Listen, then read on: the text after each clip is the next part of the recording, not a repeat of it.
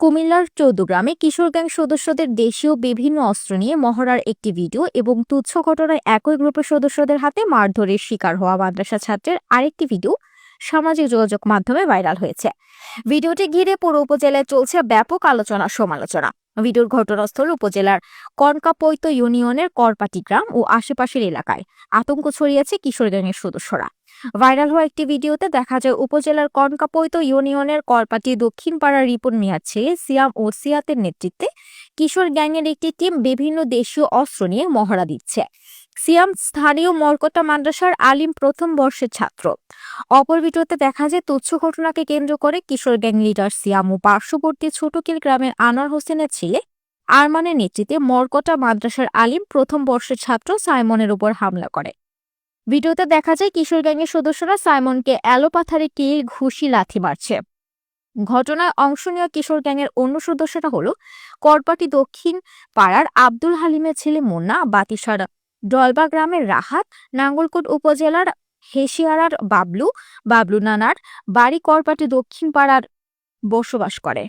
এদিকে কিশোর gang leader সিয়াম সিয়াতের বিরুদ্ধে মরকাটা মাদ্রাসার আরেক ছাত্র জুবায়ের তোহাকে ছুরিকাঘাতে হত্যা চেষ্টা অভিযোগ, ২০২২ সালে পার্শ্ববর্তী বৈলপুর গ্রামের শিবির কর্মী মাজহারুল মুন্নাকে মারধর সহ একাধিক অভিযোগ রয়েছে। মরকটা করপাটি এলাকার স্থানীয়রা জানায় মরকটা আলিম মাদ্রাসা ছুটির পর এদের নেতৃত্বে কিশোর গ্যাং ও বখাটেনা মেয়েদের ইফতেজিং করে। তাদের সাথে অস্ত্র থাকায় মাদ্রাসার শিক্ষক এবং স্থানীয়রা বাধা দেওয়ার সাহস পায় না। স্থানীয়রা আরও জানায় করপাটি দক্ষিণ পাড়ার কিশোর গ্যাং সদস্যদের অধিকাংশ ছাত্রলীগের রাজনীতির সাথে জড়িত।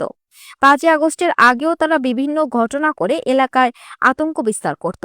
এখনও তারা নিয়মিত মহড়া দিয়ে এলাকায় ভীতিকর পরিস্থিতি তৈরি করছে। ভাইরাল ভিডিওতে মারধরের শিকার হওয়া মাদ্রাসা ছাত্র সাইমন মঙ্গলবার ২৯ এপ্রিল বিকেলে বলেন, গত রবিবার কোনো কারণ ছেড়ে কিশোর গ্যাংয়ের সদস্যরা শাহ ফখরুদ্দিন সড়কের করপাটি দক্ষিণ পাড়া অংশে তার উপর অতর্কিত হামলা করে। কিশোর গ্যাংয়ের হামলার শিকার অপর মাদ্রাসা ছাত্র জুবাইর জানান, সিয়াম সিয়াতের নেতৃত্বে আমার উপর ছুরি দিয়ে হামলা করা হয়। আমার গলায় এখনো ছুরি দাগ রয়েছে। জুবাইরের পিতা জিয়াউল হক জানান, আমার ছেলের উপর হামলার ঘটনায় পরে সামাজিকভাবে বিচার সালিশ বসে। এতে অভিযুক্তরা আর্থিক জরিমানা ও মাফ চায়। মরকটা ইসলামিয়া আলিম মাদ্রাসার অধ্যক্ষ মাওলানা কবির আহমেদ বলেন, গত রবিবারের ঘটনাটি সত্য। আমি লোক মারফত জানাতে পেরেছি। এ ঘটনায় ভুক্তভোগী ছেলে কিংবা তার অভিভাবক কেউ অভিযোগ নিয়ে আসে নাই। এই বিষয়ে মাদ্রাসার একজন শিক্ষককে বিস্তারিত জেনে অবহিত করার জন্য দায়িত্ব দেওয়া হয়েছে।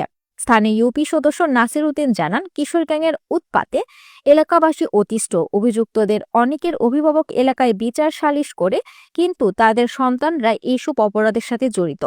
চৌদ্দগ্রাম থানার ভারপ্রাপ্ত কর্মকর্তা মোহাম্মদ হিলাল উদ্দিন জানান, অস্ত্র নিয়ে ভিডিও ও মারধরের ২টি ভিডিও আমাদের নজরে এসেছে। এতে অংশ নেওয়া কিশোরদের শনাক্ত করে গ্রেফতারের অভিযান চলছে। চৌদ্দগ্রাম উপজেলা নির্বাহী অফিসার মোহাম্মদ জামাল হোসেন জানান, কিশোর গ্যাংয়ের অস্ত্র নিয়ে ভিডিওটি আমাদের নজরে এসেছে।